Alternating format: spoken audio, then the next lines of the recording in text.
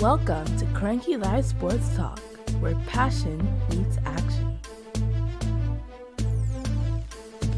Hey sports fans, I am Cranky, and this is the Cranky Live Sports Talk, the podcast where we dive deep into the hottest topics, the biggest games, and the most controversial moments in sports. Whether it's football, basketball, track and field, cricket, or soccer, we've got you covered with expert analysis, insider interviews, and unfiltered opinions. Join me as I chat with the biggest names in sports, get exclusive insights and stories you won't hear anywhere else. Cranky Live Sports Talk is where you can hear the real talk, the hard-hitting questions, and the hottest takes. So, if you're a true sports fanatic, you don't want to miss out? Subscribe now to the Cranky Live Sports Talk on YouTube and hit that bell icon to never miss an episode. Cranky Live Sports Talk, where sports come alive. Subscribe today. Buenos, what's the starters? Because this evening, good evening, everyone. This is your host, Cranky, on the Cranky Life podcast. I decided to start early because I'm having some challenges. I'm feeling a little bit under the weather, so it's going to be a shorter show than I planned. Even though we have a lot to talk about. I'm wondering if I should just talk patois or talk English or talk the Queen's English. Which one should I partake of today? Be a good thing. And as you come in, people, hit the like button. Challenge is not going fast enough. I will admit that. It's not going fast enough. I'm going to go back to my normal cranky self. But I do, as I said, have a lot to talk about. I know there's a game on this evening at 7 o'clock, the under 20 play, but we're not really watching football then. We can't really talk much about it. Good evening, RR. Check. But we have enough to talk about. But it may only be an hour show, even though I have a lot to talk about. But it's going to be a little bit a combination of different things for today's show. As I said, I'm under the weather. Something is wrong with my throat. I don't know what it is. My niece I must be coming down with something. My niece is really, really sick. Like, she sounds horrible. And I know she went to the emergency room today, or urgent care, not emergency room, to try to correct her situation. She is susceptible to the flu, and so is yours truly, I should say.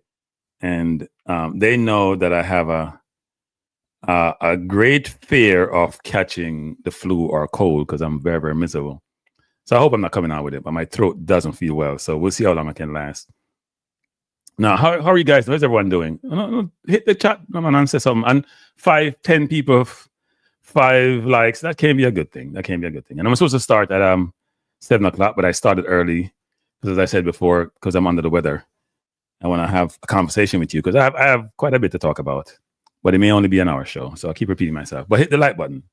The like button needs to be reflective of the number of people in the chat. Okay? So that has to work for me. It ain't working. It ain't working. Now, I did a video on my Balanced View channel, and I must admit I have regret not putting it on this channel because it did a lot of views. I did a video of the one about Trump demanding China out of Jamaica. And it did better than I thought it was on the Balanced View channel, even in terms of people subscribe. I think I got about 20-something subscribers from that one video, which is good. So I got to think about, is Cranky Live the thing or is Balanced View the thing? But anyway, we'll see how that works out. Now, I was at a funeral this weekend. I try to avoid funerals, but when you get more seasoned, they seem to occur more frequently. So a friend of mine's mom died. He came from Florida at the funeral. I won't say what his name is. And in the funeral, I started realizing nowadays that I observe everything, like any and everything I'm observing. And if you hear something in the background, my chair is squeaking. I'm trying to put myself up in the chair and it's too low and it doesn't have on the bottom something to push it up.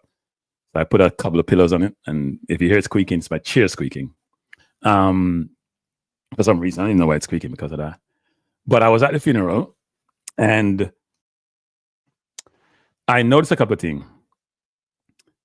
I realized that I'm out of touch, way out of touch. It seemed like all the hymns that were sung and everything, they repeat all these scriptures. Everybody seemed to know them. And I'm looking around the room, And yours truly, seem to be the only person that know him, and no scripture, and no verse. I felt a little bit out of place, to be frank. I don't go to church, right? You know me. And there was some scripture that I read which says, "He who watches over Israel shall not sleep nor die."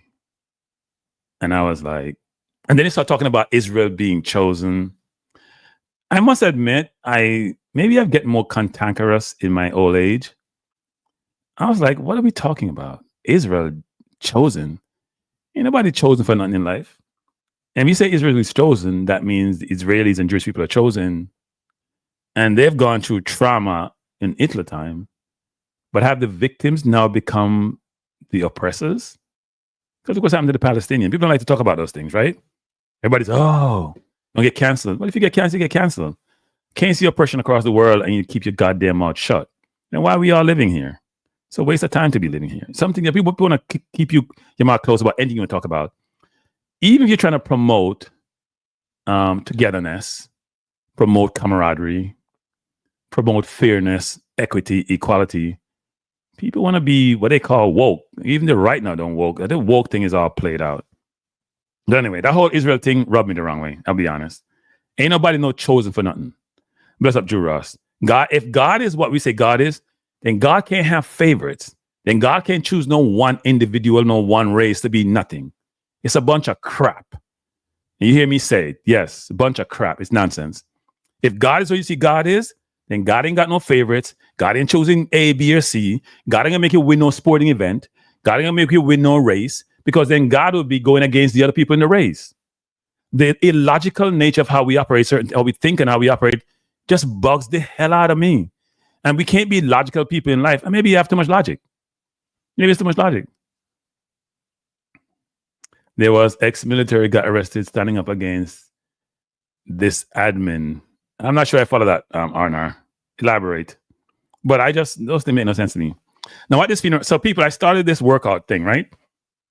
Because I said, I realized I was kind of growing and not vertical. I think I'm spreading. I may not see the way in the screen. I'm not over. Well, am I overweight? Probably a little bit overweight. But I don't want to use certain words, and people say you're shaming people. But I'm not obese. Use the word obese. Sounds nicer. I'm not obese. I think it sounds better than fat, right? I'm not obese. But I realized that I need to lose a few pounds, and I realized I was unfit. I walk up the stairs, and I was like, Drew Ross said, "Don't say fat." I realized that I was going out of breath. I said, I'm gonna start working out, right? And the reason why I wasn't working out is I have an elliptical machine at home, and it's a Bowflex, and I call them to get it fixed, and I go to around some circle. I get frustrated. It was there for months. Then I say, you know what? Forget this. YouTube have everything. So I went on YouTube, got somebody showing you how to do it, and I'm useless when it comes to do manual work. I'm useless. No matter how simple it is to fix a washer, pick up the washer, fix it, I can't even do anything. Call my nephew. He's like, what? My nephew's what, 22? And he seemed to be able to, some people have that knack for just doing any of those things. I said, why don't you come fix this? Here's the thing. Go in the garage, fix it. He fixed it in no time. So I've been on it for the last 4 days. And here's what I plan to do. I plan to work out every day for the rest of the year, unless something prevents me from doing so, right? And there were things that prevent you. You're traveling, whatever it is. And I plan to do, at least in the first 3 months, 1,000 calories per day on the elliptical, which my elliptical is almost like a little bit, it's not a Stairmaster. It translates to about 65, 70 minutes. I've done 4 days already. It's manageable, right? But I'm like, damn, this is hard because it's painful. The best weight management system I've had, or the best weight loss system for me through my entire career, because I did that 3 weeks thing before, was COVID. Now that may sound strange, but it was COVID. I had COVID for 3 weeks. I had COVID before most people had COVID. My nephews and nieces were going to school. It was a Wednesday. I was going to pull them out the Wednesday because I was like, you know what? I don't want to catch this thing. I didn't because they had exams. And I waited a day or too late. And I remember when my nephew came home and he was not feeling well, I took him to the hospital. We ain't had no protection, no mask. And in the hospital, the doctors were doing everything. They had no protection, no mask. And I caught the COVID. I was in bed for 3 weeks. I basically didn't eat for 3 weeks. I lost 15 pounds. 3 weeks, 15 pounds without exercising. The best weight loss method ever. But I don't want to do COVID anymore. So I decided to do the gym. It's been a little bit painful. But I think I then you start weighing every day as if you're gonna lose weight every day. But I think I've lost at least a pound already because I've passed a certain threshold. So I'm doing some. I have this app to do stomach exercises. I said just don't eat. Hey Joe Ross, if you don't eat, you wither away. You die of hunger, starvation. And I had do some. I'm also going to do some weights because I was having some challenges in my shoulder. I think I have a tear in my shoulder. But anyway. So go back to the funeral because I'm jumping around. There's a reason why I mentioned all of that. So I worked out in the morning. I'm tired, dead tired. I know when you work out really hard, you want to sleep during the day, whether you like it or not, right? And the lady who is running, who's what do you call it? The MC the funeral, whatever she's doing. She keeps saying, they have a hymn, and then they have somebody read, and they have some eulogy. Everything she wants you to stand to. And my niece keeps saying, sit your ass down. I ain't putting up with this. You don't work me all day and then you want me to stand up here. And I'm agreeing with my niece. I'm like, I want to help you, but I can't. I look around, nobody's sitting. Everybody's standing up. Don't sit, stand. Don't sit, stand. I'm like, damn. So it was very, very painful. Very painful, but I got through it.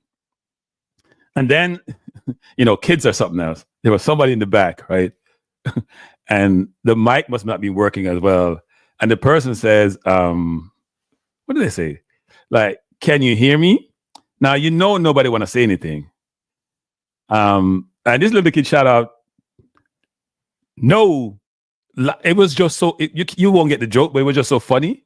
Like an innocent kid don't realize that you got to manage how you respond.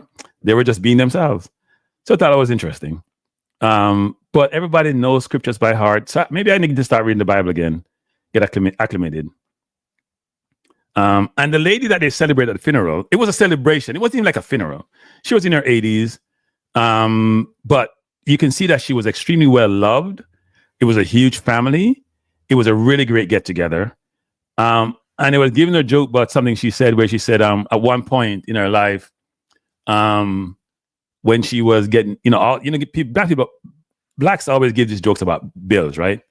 She'd go to the mailbox and she'd look at all the bills and she would just pick the one she wanted to pay and just throw out the others. I always thought that was an interesting thing. So I didn't come after you. But anyway, it's really interesting, actually. You go to a funeral, which is a sad occasion, but it was really a celebration, actually. So I thought it was really interesting. And it was good to get out of my house, actually. Because when it's cold, I try not to do too much things. Now, as I say, I'm going to jump around a little bit this evening. Now, I was watching something on YouTube, which I'm always doing, and I came across this. And it ties back into, I did a program last week about the 10 signs you need to look for to see if your significant other, I'll use that word, is cheating on you.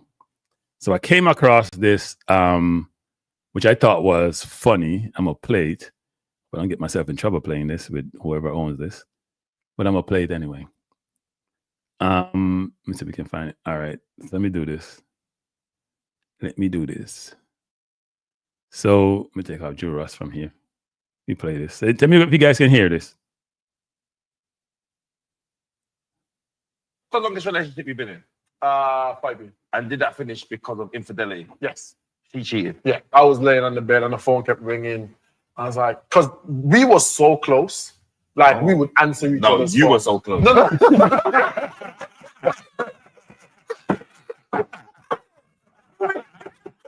How about At the time, I was playing cricket. So I went away for I think it was 2 months or whatever. And before I went, as I said, we were close. My phone would ring, she'd be like, babe, answer it or whatever. Came back and it was just the opposite. A message popped up. Yeah. The message was, did you take the pill?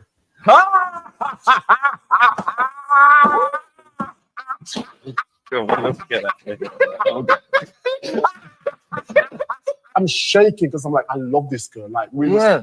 And she's in the shower singing. She's in the shower singing. Wake me up before you go. Murder, bro. So you know, one of them times you called her, he was there as well. Yeah. That's the herbalist thing. Oh, like, Yeah, I'm okay. Yeah, that's I'm okay, babe. Fine, babe.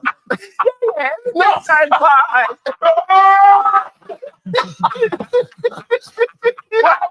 Oh, Halloween.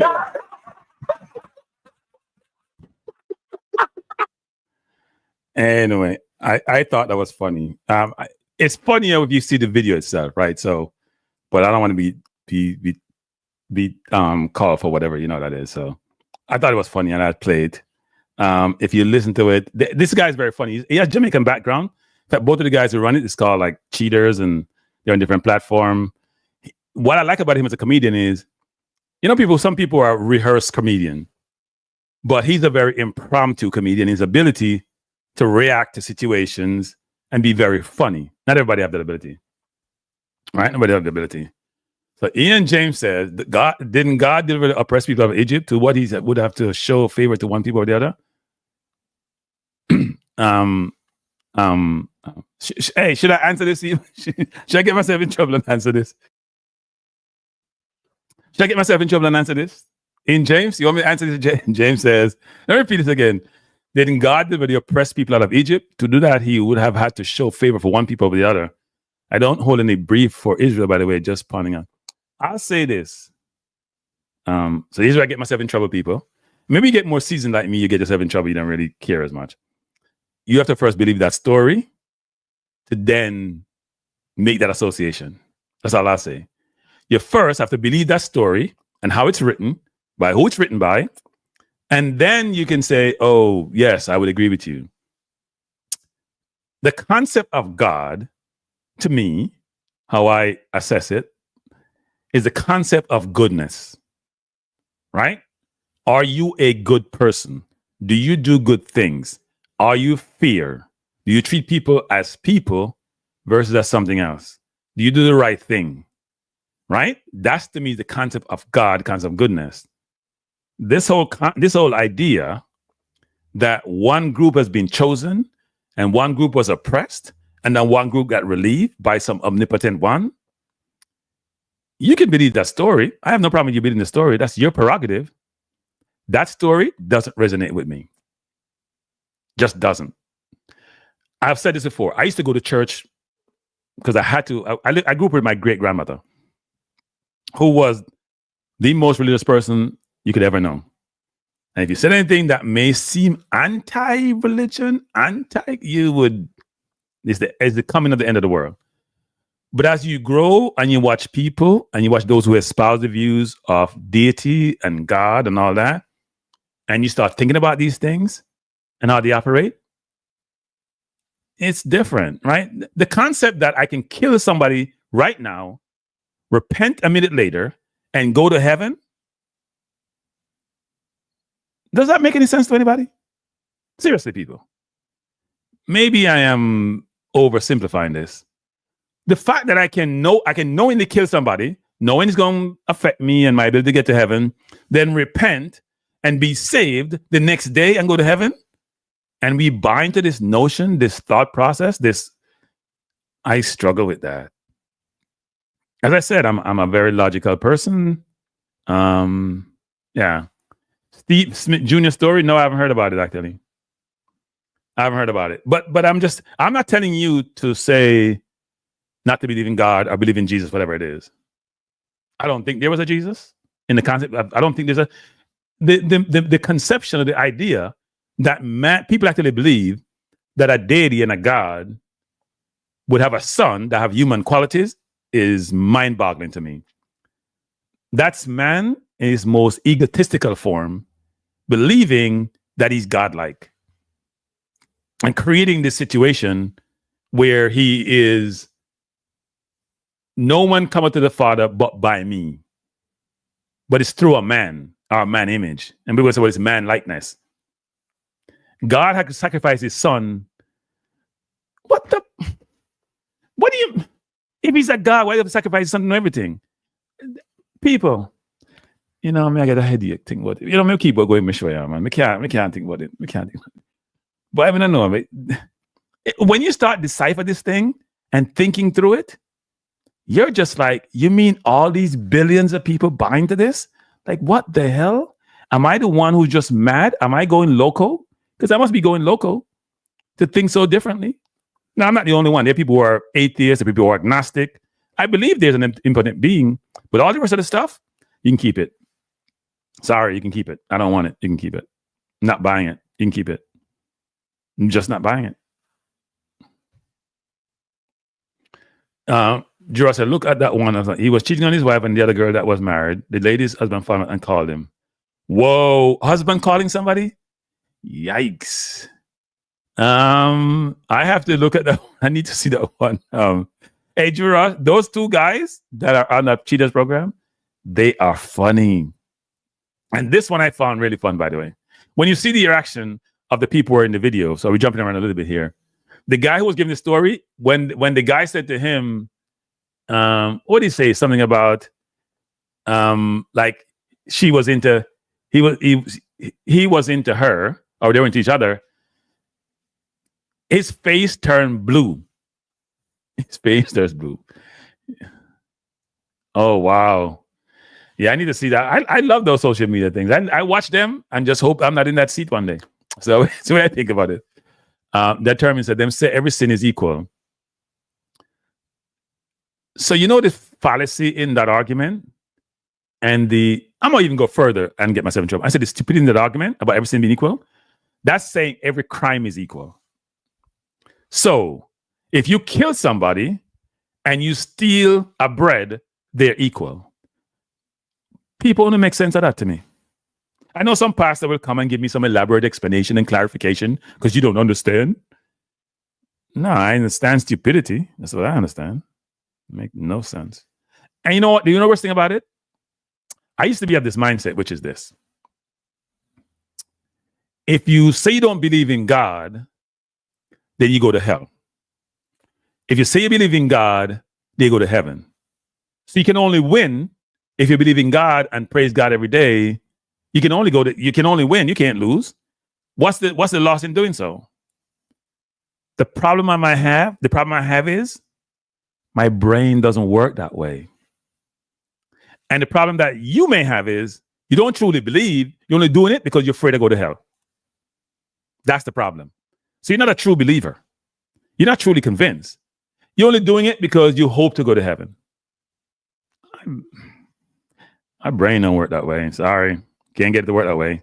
I believe there's an omnipotent being because I always try to rationalize how this all work. How we all come here and we get clothes and food, and the food nourish us, and it all seems to make sense and it's logical. And I listened to some other, physicists and others who don't believe that. They believe in some stupid stars come together, collide. Where do the damn stars come from, right? Right, where do stars come from? Where do the stars come from? That's going to collide, or where the black hole come from? Don't give me that nonsense. Now, one could say, well, same nonsense, Cranky. Where does God come from? Which is the question that bugs me every single day. So there's some things we don't know. We will never know because we're not smart enough. And whoever made us didn't teach us enough so we can understand these things. But we're here. And the concept of nothing to me doesn't make any sense. I can't think of a world where there's nothing, but I can't think of a world as to why we're here, which is where the confusion comes in. I'm off on a tangent here, people. I'm going to stay on my tangent. And here's what's funny about all this. That's the struggle that I fight with every single day. Big up, Christine. Thanks for being here. Appreciate you being here.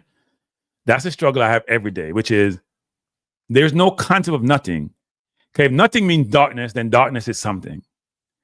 There's no concept of this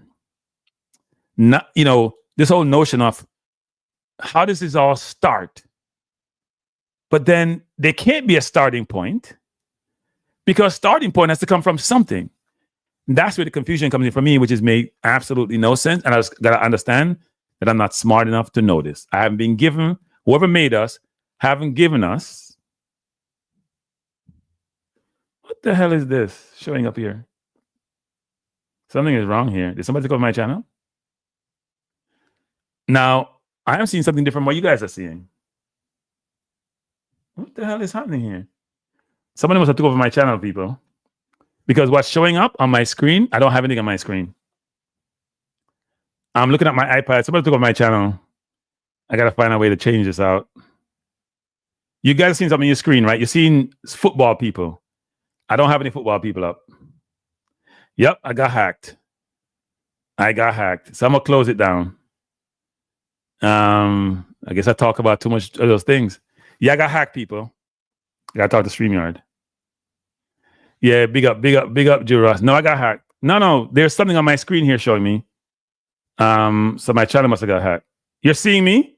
So why is my iPad showing me something else? Something is wrong here. I got to revisit this. No, I see a football schedule. So let me go over this again. Something is not right. I am on my Cranky Live channel. I'm seeing Pristine in there. But then I'm seeing, oh no, I'm seeing myself. What the hell just happened? Oh, now I'm on Balanced View channel. This is weird as hell. So maybe this is a learning experience here. I'm trying to figure out what the hell is happening. I got to figure this out. This is weird, people. I got to talk to StreamYard about this. No, before I saw some football thing coming up. I'm telling you what I saw because I watched myself on my iPad for different reasons. So something is not right. Something wasn't right.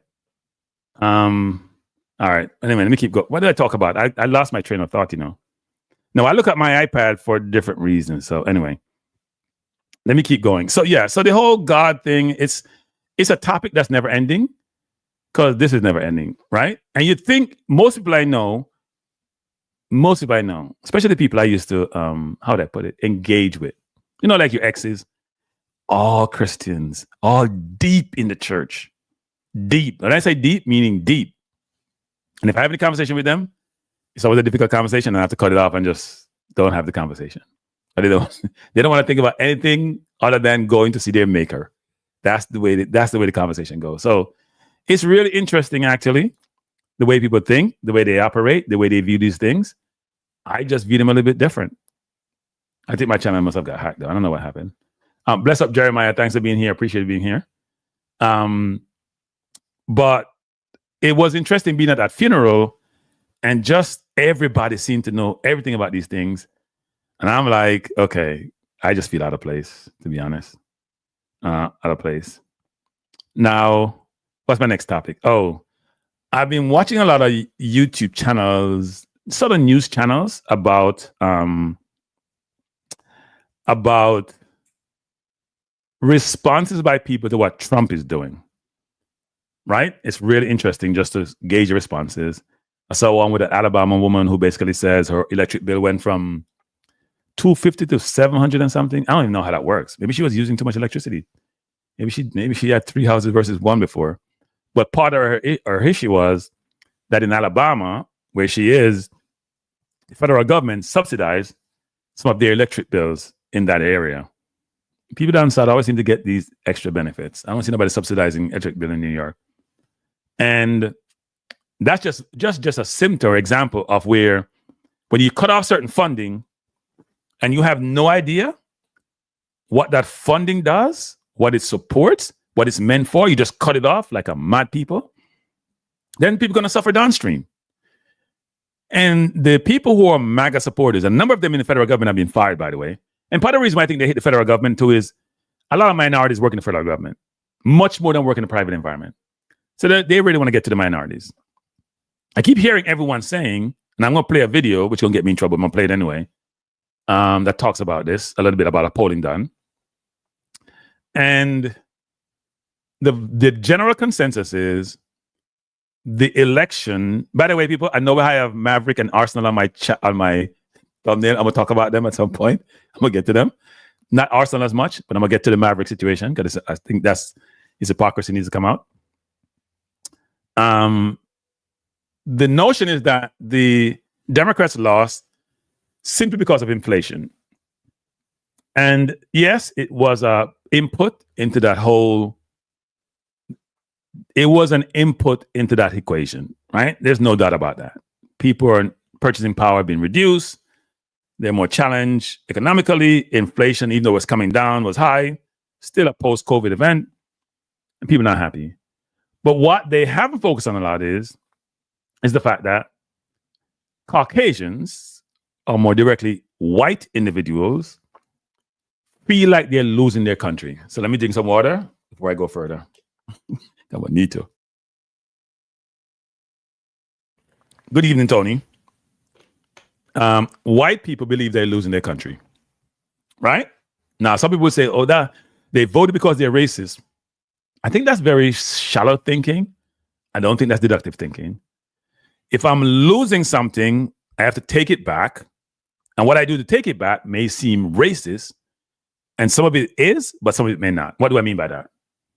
So I was talking to a friend of mine yesterday or today. Can't remember which day. We talk almost every day. And I was saying to him, like, look. No, he sent me a video, actually, which basically said the same thing I'm saying now. Where an Asian man was interviewing a Caucasian man, and the man was giving him percentages about where whites are, and they're losing their country. They're losing their majority, right? And if you look at the numbers, they've gone from maybe 20 years ago being 60-something% to now like 57%. The number is going one direction, right? It's going one direction. Whites are becoming less and less because they're not having kids. And the white decline population is not US-centric. Go check all of Europe. And it's not only Caucasian. Go check South Korea. Go check Japan. Japan have all these older people, and Japan have probably the highest average lifespan, who are dying alone. Nobody around them, dying alone continuously in Japan. They have whole towns that are losing people, right? Just like you see in rural America. It's a big deal, right? Population is declining. People not having kids. South Korea, people not having kids. China is complaining about having kids. Because you know what? You need to have kids in a country because the old people get supported by the young people. It's like a Ponzi scheme, right? The country don't have enough money to pay you. People can be productive and go make money to then supplement and pay the retirement in Social Security for those who are retiring.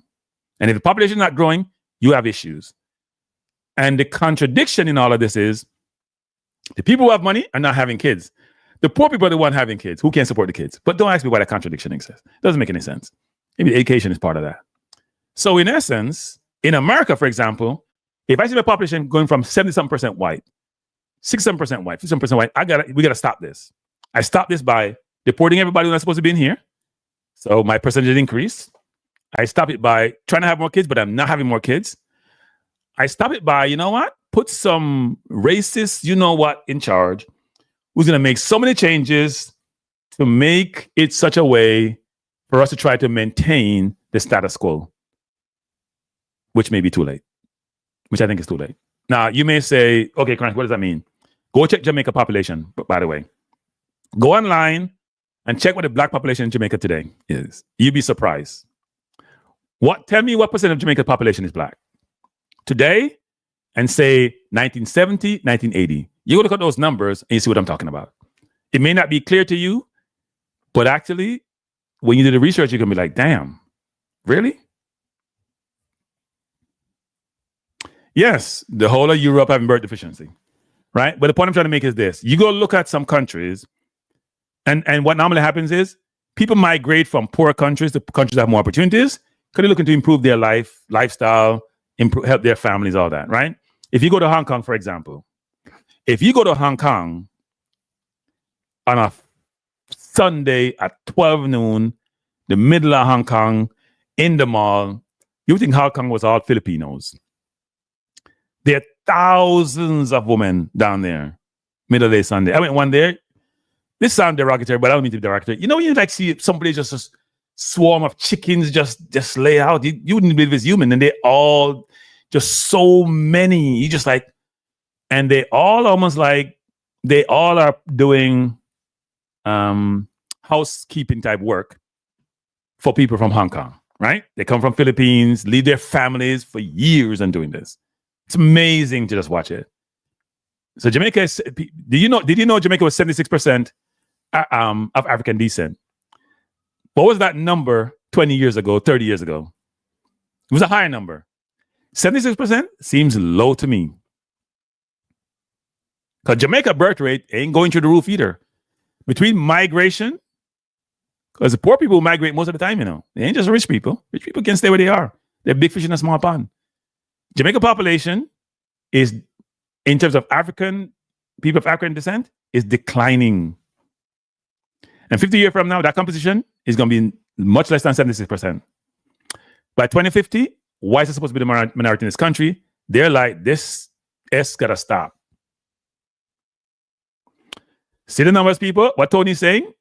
90% in 1990, 76% today. That's just 34 years? 35 years? You gone from the population in Jamaica changed by about 14%. That's a lot, people. But it's not noticed in Jamaica, it's still the majority.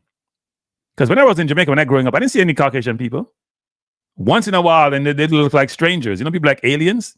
There's mainly black people. People on TV everywhere are black.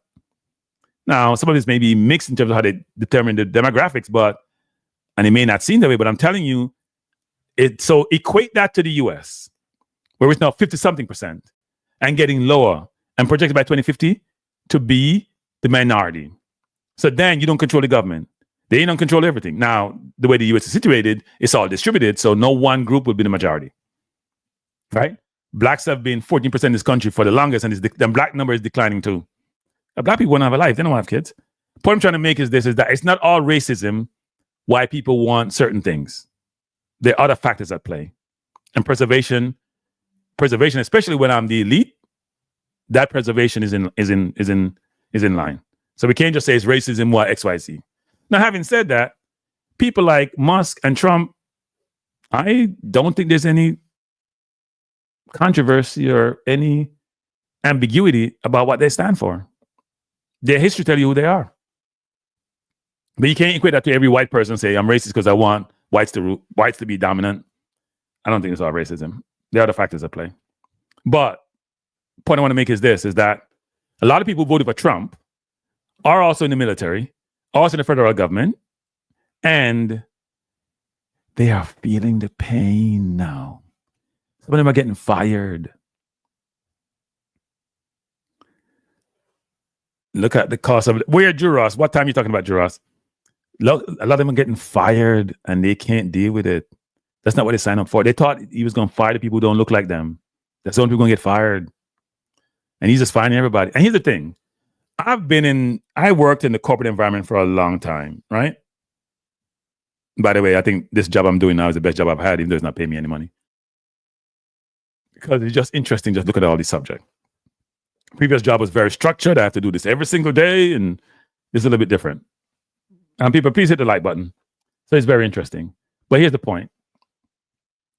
The people who signed up for Trump and his regime, they didn't anticipate that they may be adversely affected by what he does.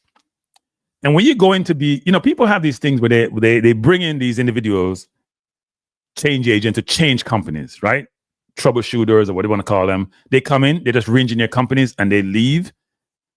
And private equity, you hear somebody named Kevin O'Leary, who's recently on Shark Tank, he talk about these things.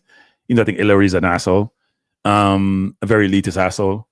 People like him don't have any empathy for the general population who are fooled by these billionaires and thinking they give a damn about them.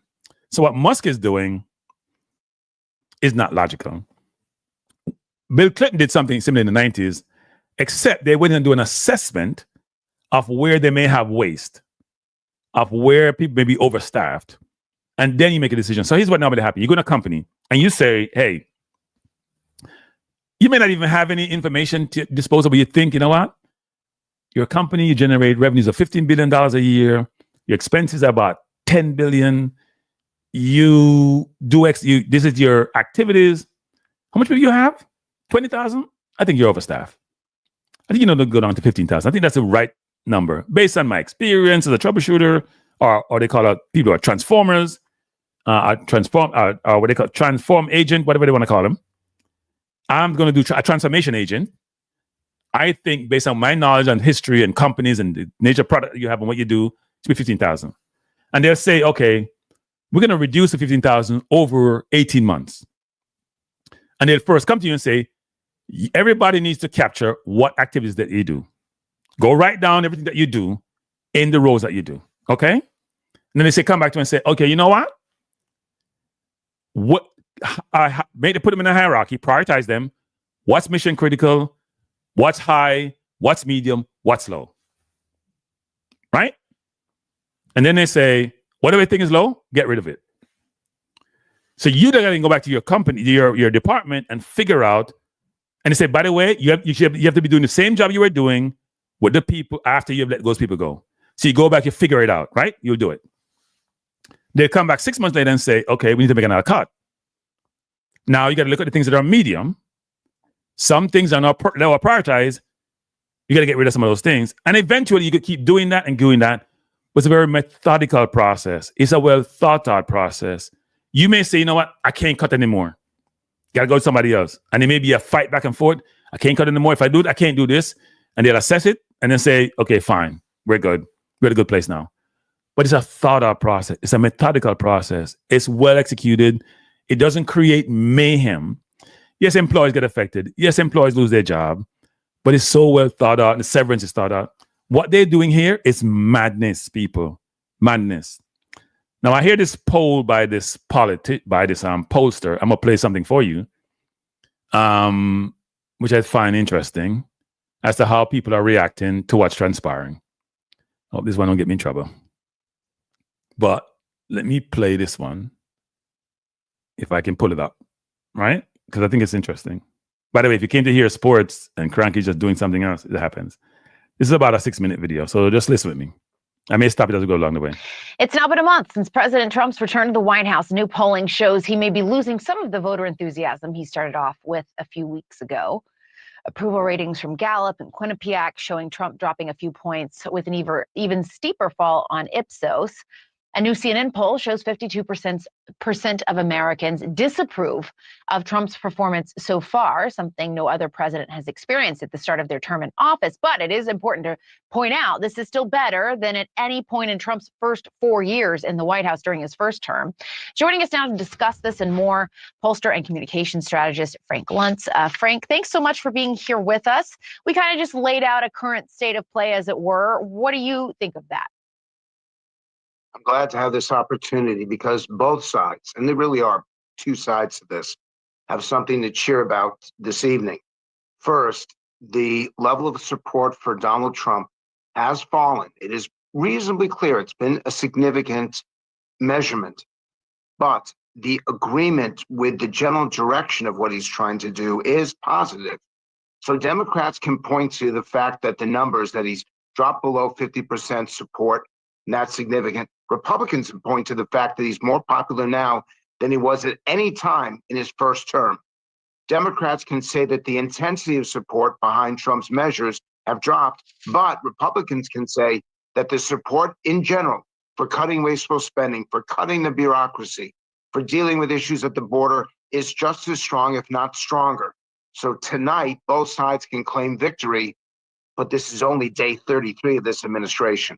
I know it is still quite early, as you note. I want to also ask you about the economy. I know you talked to a lot of voters during the election, and that came up time and time again, that people just simply think it is too expensive in this country, the cost of living. Our poll showed 49% of Americans think that Trump's tariffs are not a good thing. This was interesting, though. 62% think he has not done enough to lower prices. Now, as you and I just noted, it's a month in. So, you know, he said he would do that on day one. But to be fair, it is only a month in. But how long do you think Americans will give him to bring those costs down? The speech that's coming up on March 4th is going to be very important because that's going to reset expectations for the country. Make no mistake, affordability, and I'm glad that you said prices, because that's really the issue. It's not the economy, it's affordability is still the number one issue, and it's the reason why he won the election. And so if they see that he's too focused on other things and not driving prices, they will become disappointed or disenchanted. But make no mistake, a president can only do so much so quickly. This is something that takes longer. They want him to keep his eye on the ball. They want him to be focused on getting rid of those things that cause his price to go up. I will point out that on the issue of energy, which is very important to the overall prices, that Trump has been successful in expanding production and getting rid of some of the regulation that had prevented energy production. The American people support every energy source all the time, everywhere. So you can see that kind of policy making a change over the long term. But you're correct. The public is impatient and they want to see prices fall right now. And we also just tonight, much of our news has been centered around Elon Musk and his role with Doge. And you know, there's these emails out now. They're cutting USAID employees. When we asked people in our polling about Elon Musk's role in the administration, 54% of Americans said that they don't like. It's a bad thing that Trump gave him this role in the White House.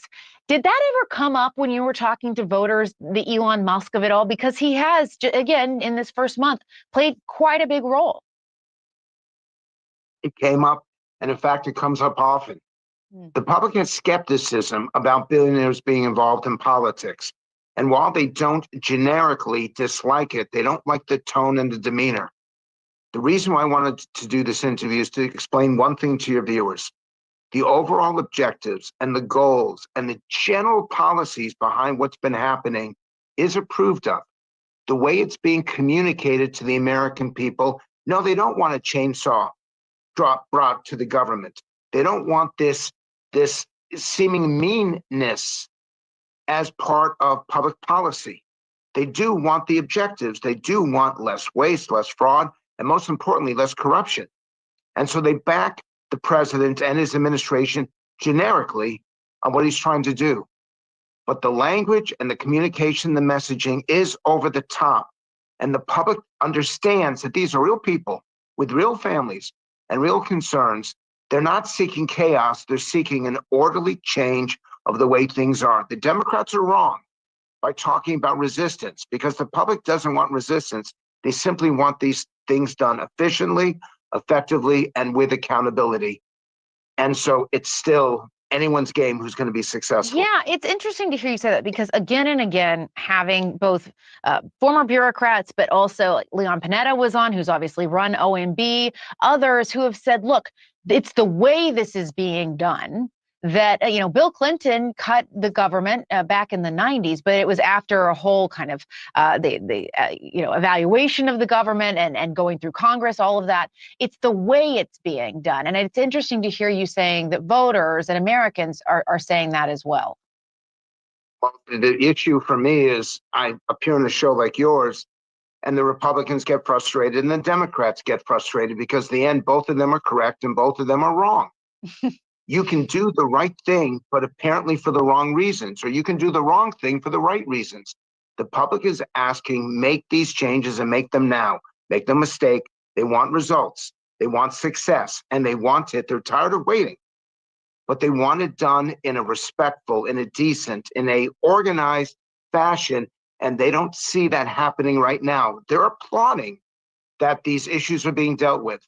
They simply want them to be dealt with understanding and empathy.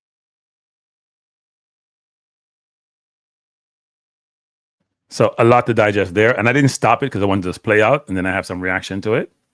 Thanks, you Money Code. I don't want to get canceled either. A couple of things. By the way, I don't trust this pollster. I just don't. I think sometimes he talks about the crap. I think he talks a lot of nonsense sometimes.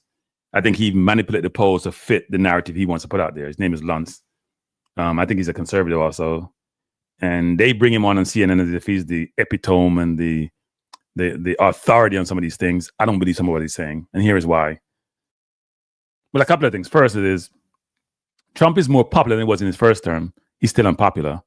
I think, as you see from the stats, his disapproval rating is 52%. That means not more than half the country is not supportive of what he's doing. They said there's waste in the government. And a lot of government over time build up waste. Where is the waste you're talking about? Point to the waste. You just go in and cut USAID. Is that waste? That was a way in which the US is doing two things. One, providing benefits to a number of different organizations, places, and people for altruistic means, meaning AIDS program, it's maybe disease program, research program. That's one. Secondly, it was what you call soft influence. And it was also used for what I'm called hard influence. Soft influence that going, I give Jamaica some money, Jamaica got to support me. You got to support me in the UN, got to support me, got to let me get access to your country and what you do. Or it's also used to overthrow government. Or it's used to funnel disinformation. So in the Ukraine got 5 billion something for its media. If I'm giving you 5 billion, you got to sort of do what I sort of tell you to do. Is that waste? Really interesting. People said tariffs are bad. And they're over 60% want to focus on low-end prices. The man said when he come to power, he's going to lower prices in one day. Now, are people stupid enough to believe that? Some are, right? You say you're going to lower prices, lower prices. I don't care if you've been there 1 day, 2 day, 3 day. You said the first day you're going to lower prices. You're going to drill, baby, drill, and that's going to change everything. As if the only thing that matters in life is energy. It's an imperative. It cascades and covers most things. It ain't the only thing that matters. And you don't bring down inflation and bring down prices, but just drill. Makes no sense. Luntz also said affordability is why he won. It's more complex than that. And by the way, before the game, he's watching the under 20 game, Jamaica leading Nicaragua at 1-0. I only watch elite football, so I struggle to watch those games. But anyway, that's me. And that's not being an elitist. You know, I struggle with the whole quota thing. Everyone complain about Biden and inflation and all that. COVID wrecked everything. COVID cut off supply chain. Demand is up, supply is down. You're going to have inflation. People have to spend more money for the price of things that they want. Supply chain dry up, you're going to have inflation. It takes years to get that down. It's like when we have the debacle in 2007. It takes 7, 8, 9, 10 years to come back to what is deemed to be normal. Ain't get no credit for that. By the way, Biden probably did more drilling than anyone else is dead. People don't realize that. Biden and his people deported more people ever in the history of deporting people. Obama used to have used to have that record. Biden was taking over that record. People don't want you to chainsaw government. Is that chainsaw? He doesn't know what the XYZ he's doing. He's just going in, cutting stuff and beating his chest and XYZ. I'm predicting this. He's going to crash and burn. Not literally, but he's going to crash and burn. Trust me. They want less. Hear what Luntz says. They want less fraud. Fraud? Luntz, do you know what the hell fraud means? How do everybody know that there's fraud? They want less fraud. Do we know that there's fraud? I see people like Menendez and Adams deemed to be have corruption. They get prosecuted. Adams get off because he made a deal. Menendez going to jail unless Trump pardons him. What fraud are you talking about? You shouldn't make accusations, the general population, otherwise, unless you have evidence. You have no evidence that there's fraud. There's always going to be fraud everywhere, but you're talking about fraud on a wholesale basis. So why didn't Trump find his fraud in his first term around? He was there for 4 years. Where's the fraud that he found? People went in with Project 25, they throw these things out there and the general public buy it. And the American public, a lot of people in the American public are just not educated enough to think for themselves. They're just not. Most governments are wasteful in some way, shape, or form. New York has a $115 billion budget. I have no idea what they do with the $115 billion budget. And when I learned the other day, when I was doing some stuff, and learn how much they give voucher to some people who have like 4 kids get $3,700, it scratched my head. So yes, some of that, what I call waste, or some of that overspending needs to be managed. But you should never accuse somebody of something unless you have evidence. And you said there's fraud. The money may be going to things you don't want to go to, but is that fraud? Fraud is deceit. Fraud is doing something which is illegal in a sense when it comes to money. I ain't seen that fraud. I don't know what people are talking about. If they're fraud, why did they go to jail? Why didn't they get arrested? Why didn't they get prosecuted? But anyway, the public doesn't want resistance. That is your interpretation, Luntz. That is not what we know.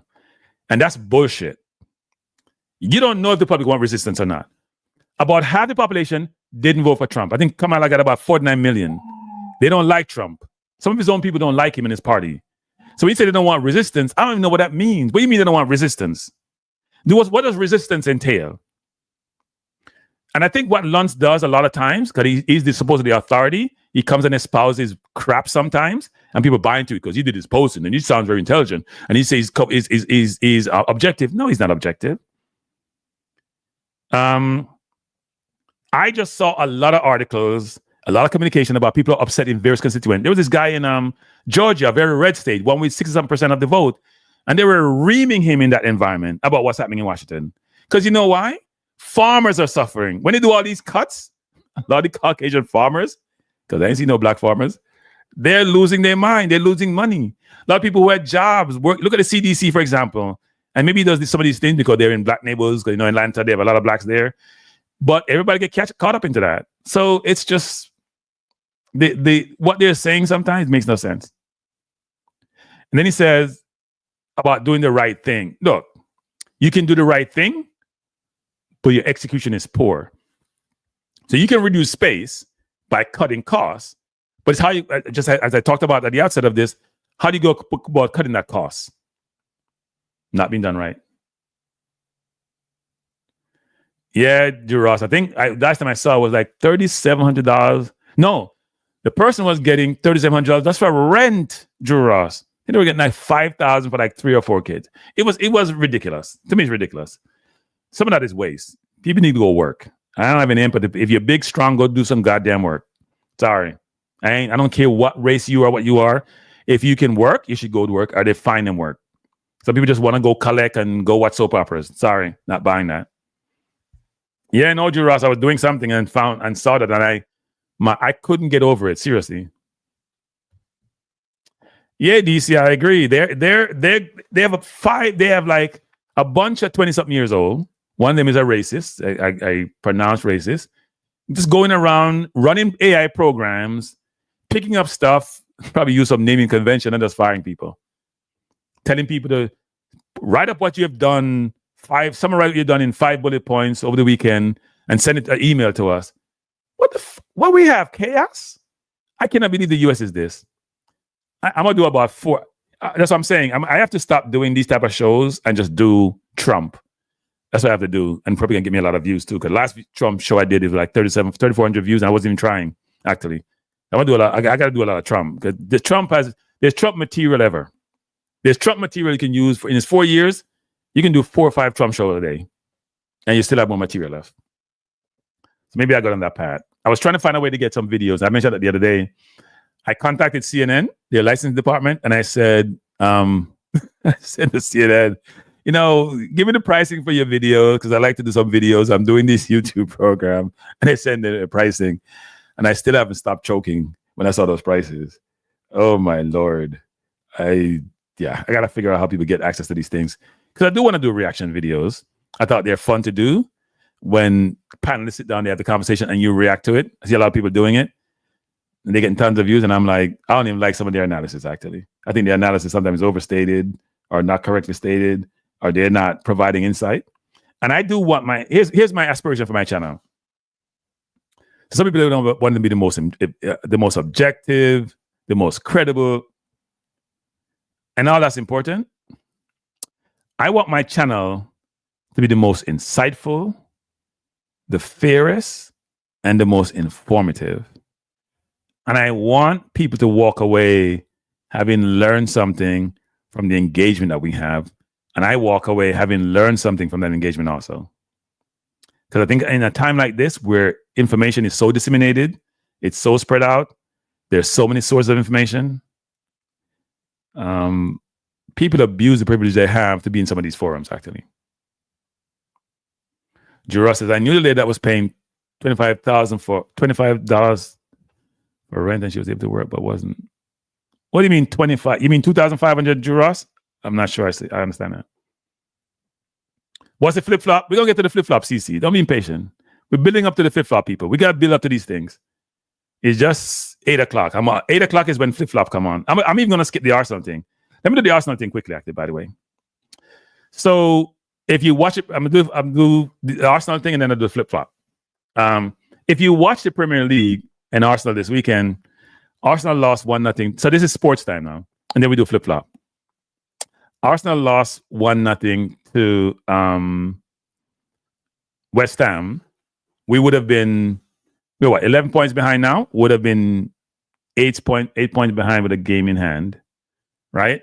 So now the league is over. Okay, if we're 5 points behind, if we win this week, we play them, that's maybe 2 points. We could have probably caught them. Ain't happening now.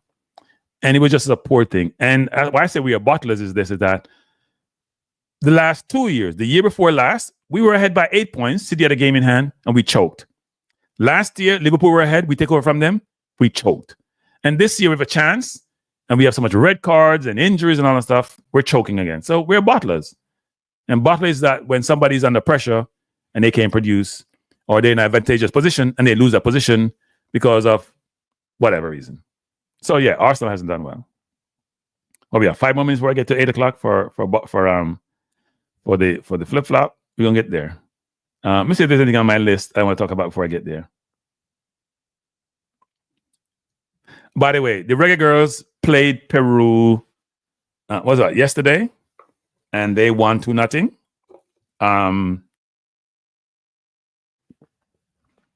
Yeah, we are bottlers, CC. I'm very encouraged by the Reggae Girls for different reasons. Not what you think, actually. They played Peru, not the best team that they played. They won. But 2 things. Coach Busby, if you're out there, I would love to interview you. I think you're doing a great job so far. I love your press conferences. You're very seasoned. You're very articulate. You're very thoughtful. You're very organized. And that's what I'm seeing from afar. I don't know you from Adam. And I'm very impressed, actually. So I would love to have you on my channel to have a discussion because I'm very impressed by what you're doing, how you're doing it. And I've also gotten some behind the scenes information about how you're doing. And my understanding is that, let me talk Jamaica now, you're not taking no check. Nobody can get no quota upon you. You're not taking no quota. You are very focused on having the best team to give Jamaica the best chance to win.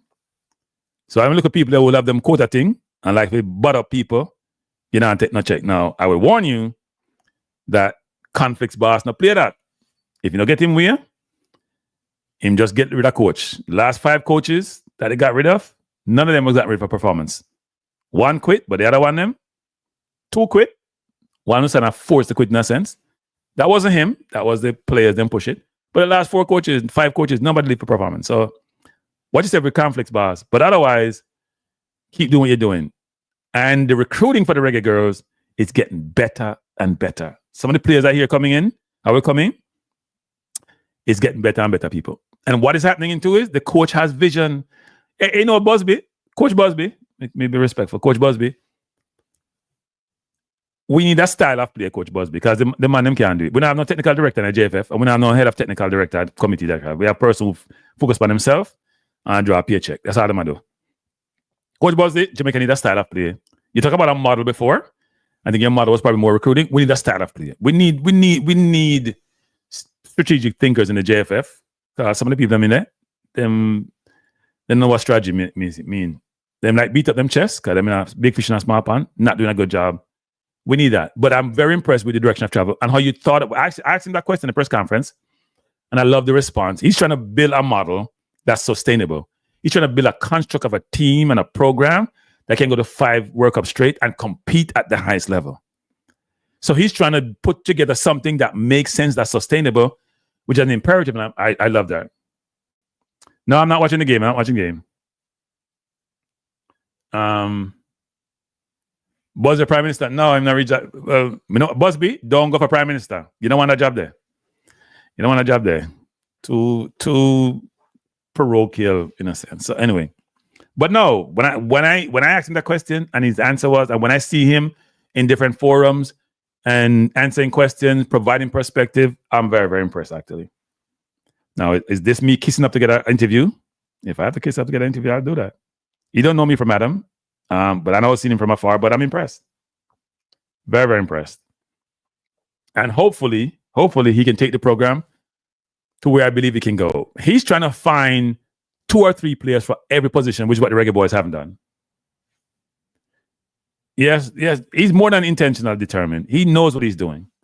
We need seasoned, mature, experienced coaches who, in quote, know what good looks like to run this program, and Busby seemed to have that. And give the JFF some credit. Them hire him. Even there were some challenges before about that. Them hire him. I think it's good for the program. So them should get some credit. Right? Them should get some credit. Because them hire him. But he seemed to have the ingredients to be an excellent coach. And I hope it results in that actually, and it helps the program. All right, we're at 8 o'clock now. So somebody just sent me something about Martin Odegaard, final parts completed. Martin Odegaard was horrible this weekend, by the way. So this is interesting. So let me play this. So you guys know that on my program periodically, I will talk about Oral Tracy Maverick, who is a radio personality, TV personality, Mr. Know-It-All, also of the YouTube channel, but he doesn't do live. He only does videos. So Oral Tracy did a video this week or last week, late last week. Yes, flip-flop time is here. That talked about, you know what? I'm not going to talk about the video, what I play speaks for itself, people. Then I react to it when I play. All right? I react to it when I play. He did a video talking about the traditional media and complaining about how they're viewing social media, right? As if he's supportive of social media, he's supportive of YouTubers. He sort of portrayed himself as being anti-traditional media, even though he worked in traditional media.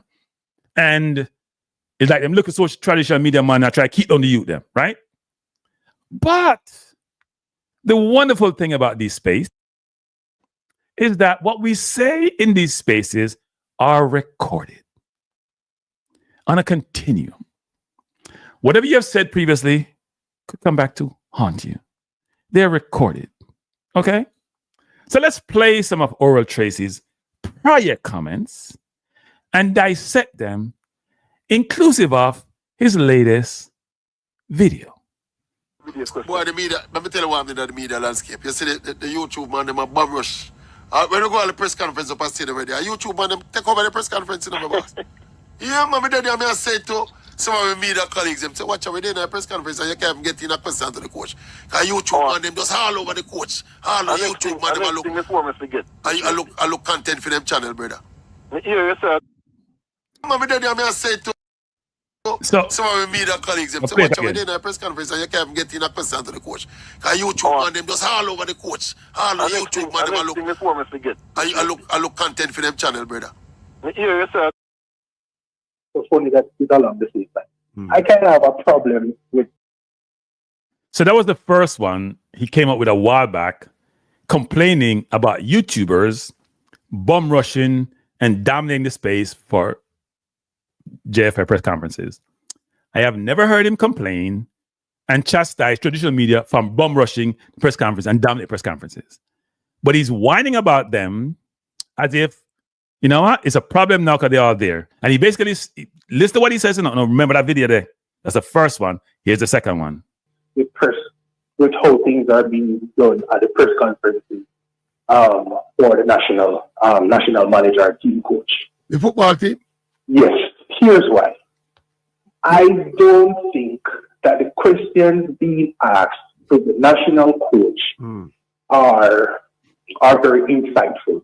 I think because I've listened to them.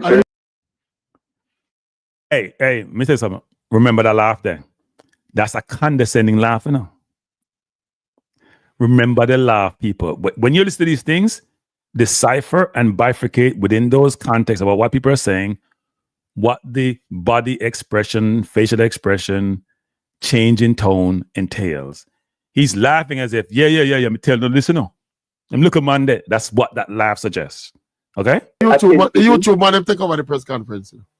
No, but I hear some journalists who are there asking some very surface level questions, some very superficial questions. Well, for example, people like me no matter go to them press conference. From we see the foot. People like me because me above that. Them look at Monday I come here. Me not got them thing there, people. And when the guy said to him, no, it's not just YouTubers. The regular press asks nonsense. He move on from it. He move on. Listen. Well, we didn't want to talk to no coach.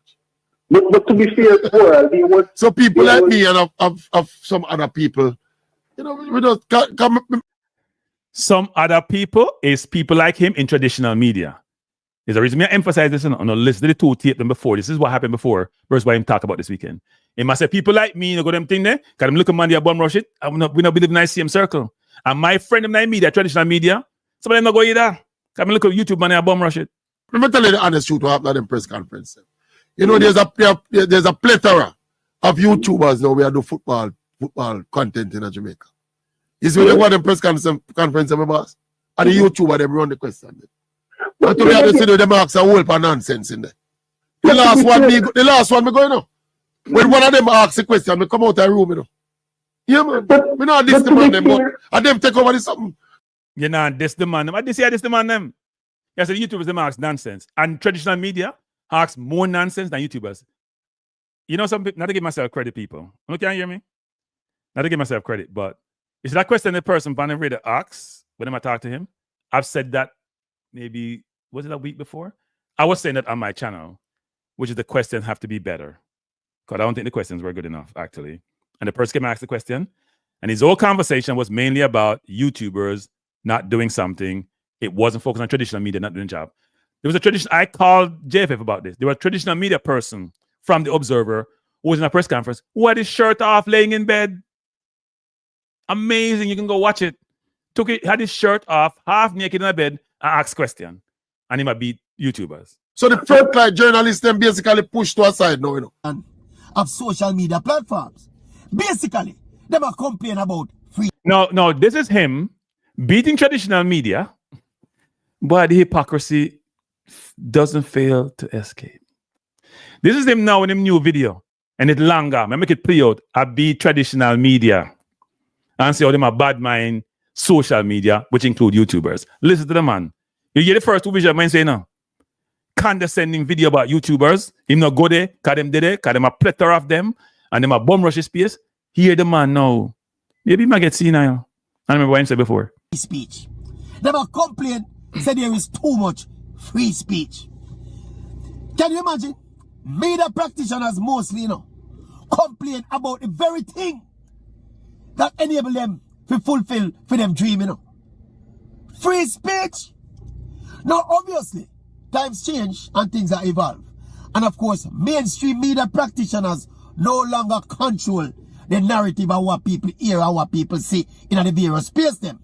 So it look like them feeling awkward about it now. And as a result, them a kick and scream and a ball about too many unregulated platforms and too much misinformation. And people, look here, me hear it first. It came to my attention during the US election, during the Donald Trump Kamala Harris campaign. Especially when the people from the left, they used to complain so much about the proliferation of unregulated this and unregulated that and people spewing misinformation and blah, blah, blah, blah, blah. And we see it and make it way now in the Jamaican space. Because we see one prominent Jamaican media practitioner a complaint left, right, and center the other day about one of the biggest dangers is the proliferation of social media, and people are just able to give whatever the news they want to give and whatever perspective they want to. That is what free speech is all about. But you know what it is, though, people? It is a set of dinosaurs who basically get used to controlling the narrative. Yet, me talk about mainstream media practitioners, you know. They used to control the narrative. And now that the space has evolved now and the advent of social media and people without going to the university to get a degree in mass communication can just set up them platform now and start talk what they want to talk and do them own in-depth digging and searching and expose. They have a problem with that. No, remember my background, you know. Remember me come out of mainstream media, you know. Me still work in a mainstream media, you know. But me have a certain level of tolerance and a certain level of, you know, you're not naive. You understand that the world is evolving and the space has evolved. But instead of bitching and complaining about it, you understand if you can adapt, you adapt and take advantage of the space if you can. And me, I'm to be a firm believer in a free speech, you know. Almost ultimate free speech. You see a lot of the things that people complain about and the use of certain words and the use of certain phrases where people have a problem with. Me I have no problem with them. The only reason why I don't use them every day is because, you know, the broadcast authorities and of course, whatever platform you use, they might have limitations to some of them. But me personally, I wouldn't lose a night's sleep in using whatever language me see fit for use to describe a particular scenario or use to capture whatever emotions there are. Obviously, you don't want people going into a crowded theater and shout out fire. Obviously, you don't want people to be inciting violence and inciting, disorder and inciting antisocial behavior. I mean, that is not for the general good. But when we are talking about things like perspectives and politics and perspective and other, national issues and international issues, it no matter if you go to university and you have 3 degrees, or you want a little man where sweep out the gutter this up. Everybody have a perspective.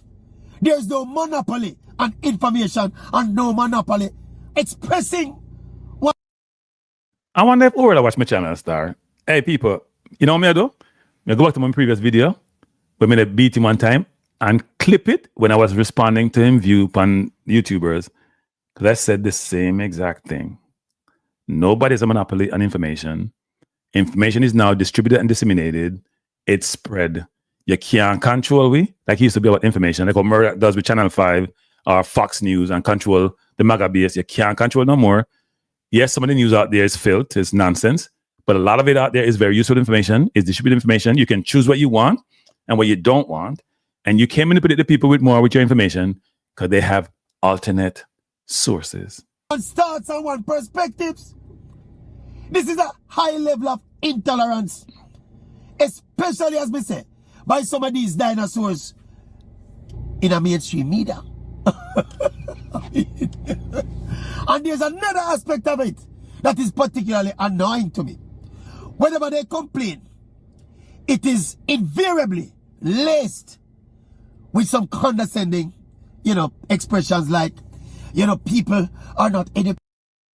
People, when he snickered on the second call that I played before, that was a condescending laugh.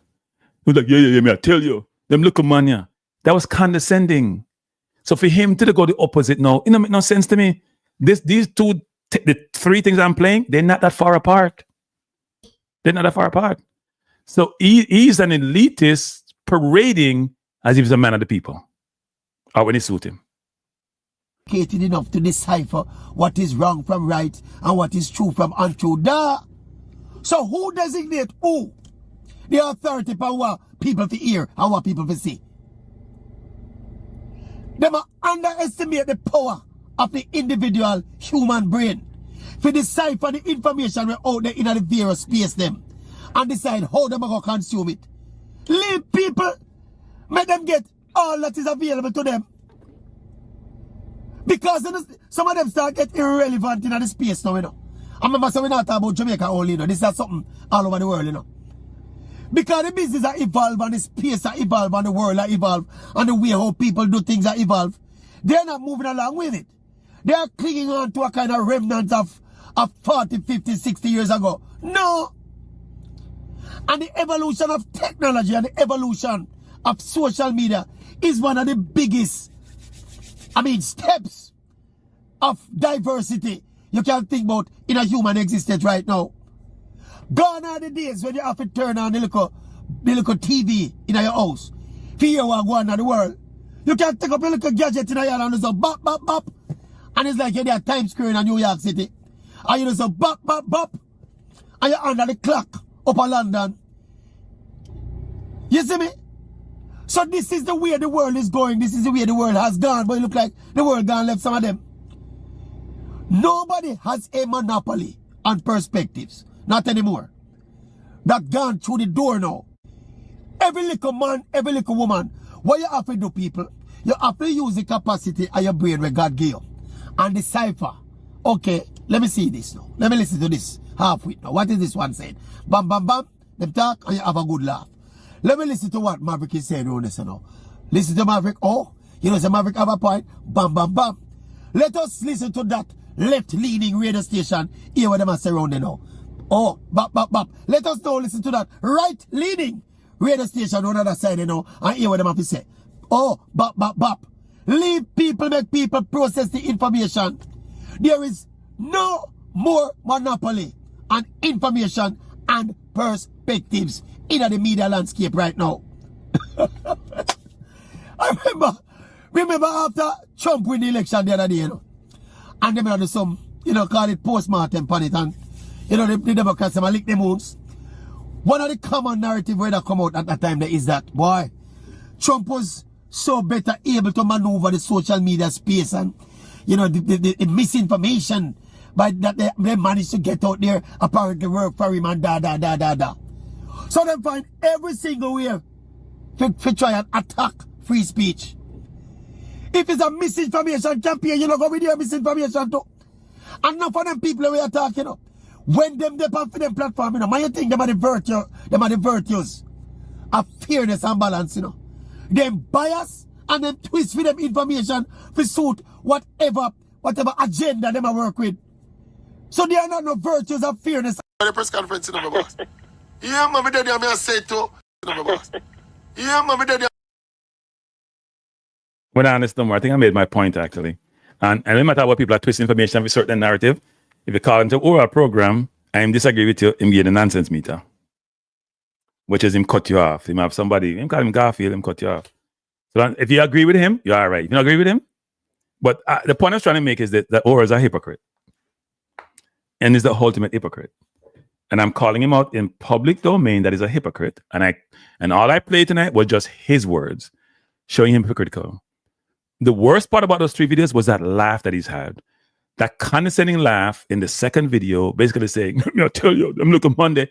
Even though the caller's trying to tell him that regular media were also not asking the right questions. He wasn't hearing it. I look at YouTube Monday. God, I look at Monday. And he portrays himself to be the guardian of the little man. The man who's always supporting the downtrodden. The man who's a man of the people. But he might elitist like the rest of them.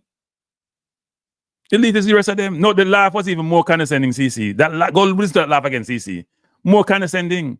It's like me tell you, so I'm looking money, I'm looking fool. Me and my media friend them. But the traditional media, you know. And me here before the game saying, well, he's evolved. The videos I played, they're not 2-3 years ago, you know. It may have been late last year for the previous 2. Could have been one, could have been this year. And then this one was more recent. He ain't evolved nothing. That's who he is. The look of man in a film space. So him not go to the press conference anymore. Can look at money YouTube and take over thing. Yet he must complain about traditional media under them for go away because nobody's a monopoly of information. And if you choose where you want, choose. This are the same, and I say the same thing, you know. After I'm done at this, YouTubers, you can't make that up. And the hypocrisy is inherent in Jamaica society for a lot of people, especially politicians. Hypocrite, and them do the same thing, that them chastise you and admonish you that you do. See, if you want to call him and talk to him, I not really call Ura that much anymore. I tried to call him the other day because there was a point that was bubbling up and me get annoyed listening to some call. But until you call Ura, one of 3 things happen. The phone just ring, nobody pick up. The phone busy, and you can't get through, or somebody cut you off, even though they don't answer the phone, which is so rude, unprofessional, and obnoxious. Right? I'm not, because if you're overseas, it's like you have to pay for the call on the free notes. So anytime the things start ring, your thing a bill a run. Right? And everybody have money if you go call on Jamaica, even though they can buy a phone card, and it's like 20 cents a minute. So if you sit on the pan, they don't keep you long anyway, they cut you off. So you just laugh and say, sure, waste of time there. So you not try to call. But it's so funny that the same man, them CCC, say, call him, the same man and get through all the time. Same people. They them have about 10, 15 call, them always find out. Maybe they have a special number or something. Come in one call and call him out one day, you know. Say, something you talk about that nonsense, my youth. And get the nonsense meter and just hold on it. Because me not like it, me can't stand hypocrites there. Me not can't stand hypocrites. And that's why I call this out, which is, you can't become dropping videos. So you can't make a look of money you want to make every day upon your video them. You drop your video, but your video contradict who you really seem to be based on your history, based on your past, based on what you have said previously. That don't make no sense to me. Yeah, and somebody seems to say, I'm an idiot. I'm not an idiot, man. No, man, I'm not an idiot, man. Me not going to say I'm an idiot. That's not true. I'm smart, actually. I'm smart. I'm not an idiot. I'm not an idiot. Trust me. Him smart and can think on him feet. Him not idiot. But him do something sometime. Him have some argument like the whole thing about favorite and favored, which is nonsensical. And Garfield now give him the nonsense meter. Because I feel him sure. If you call oral sure and you agree with you can stay an all day. If you not agree with you get nonsense meter. Well, sometimes if him logic and opinion is totally ridiculous. Favor versus favorite. Never hear much garbage in my life. Seriously.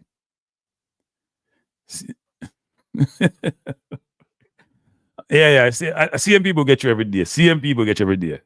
CM people. But now I said the man, my idiot. Like CM people get you every day. CM people. CM people. Favorite versus favored. That argument been going on for weeks and months.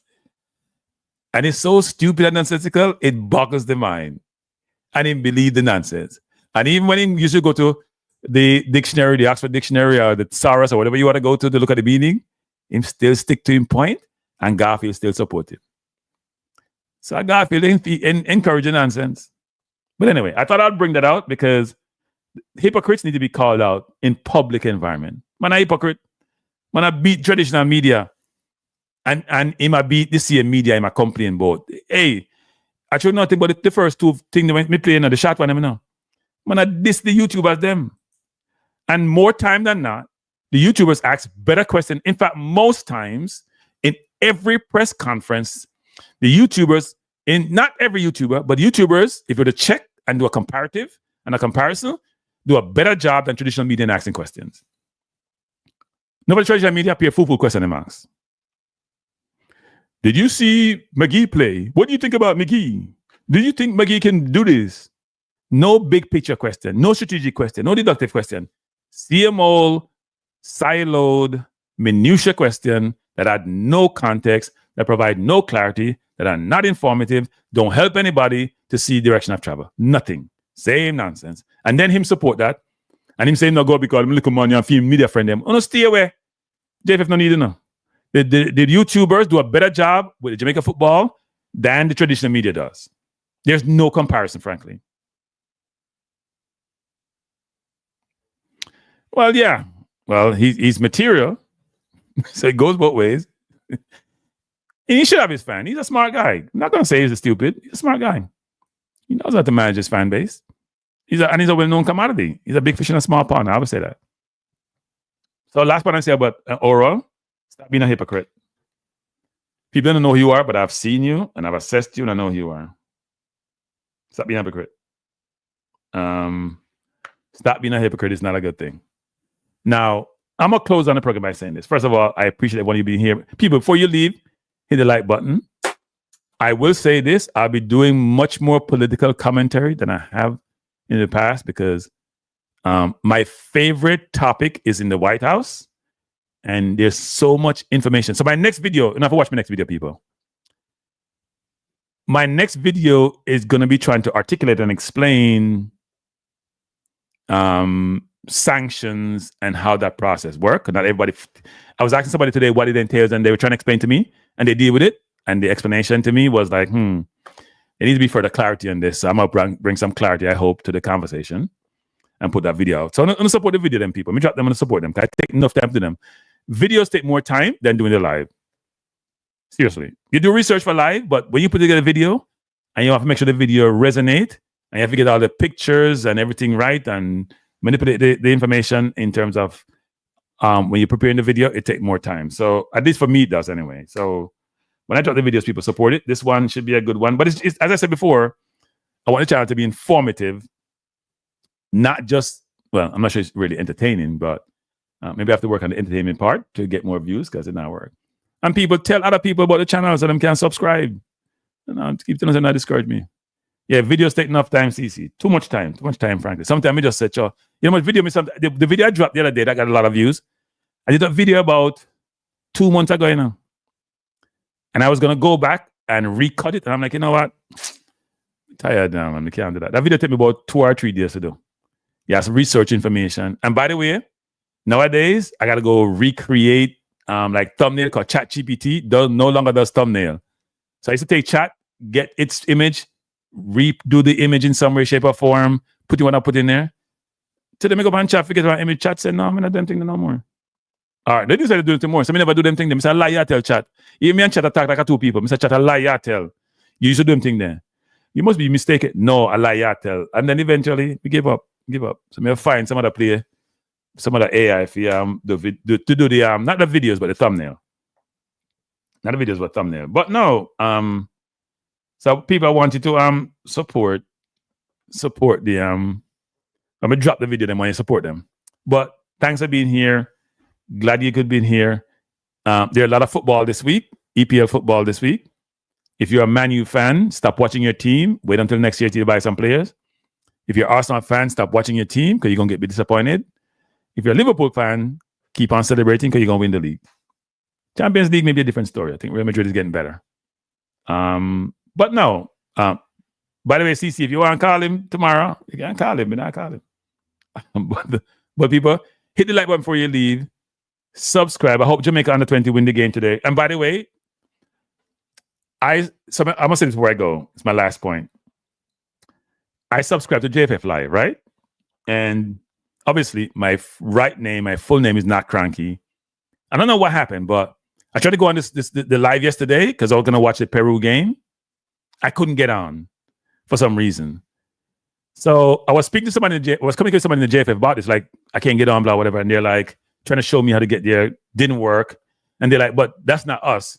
That's YouTube who does that. So you got to deal with YouTube. Me say, boy, no one cause somebody to start. First of all, I don't care what your payment platform is. I don't care who you engage to set this up. You are the client, or I am the client. You are the producer. I subscribe to your channel. You should have directive about what I need to do exactly to be able to view it. You want to tell me about, XYZ? That's nonsense. That you don't understand what your obligation is.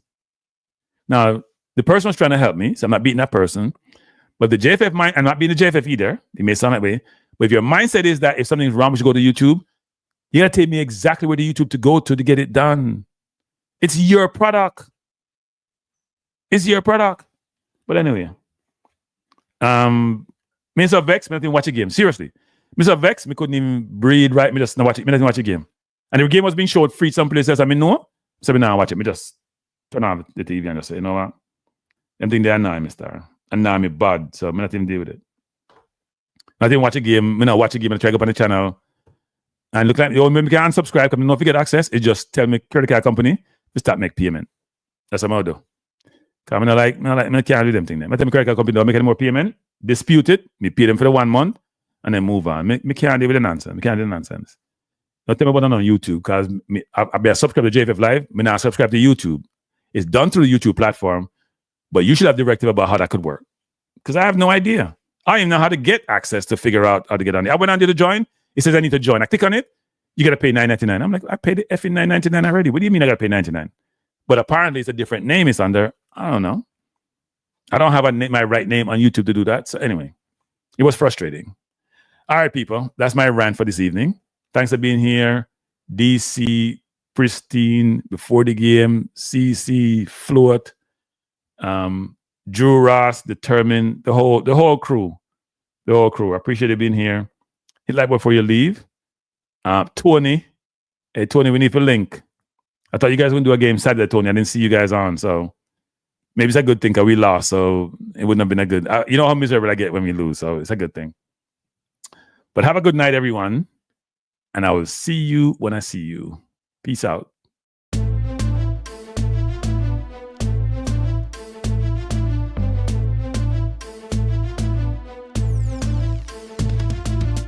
Frankie Life is the best to be now. For the best sports talk and it's free, yo.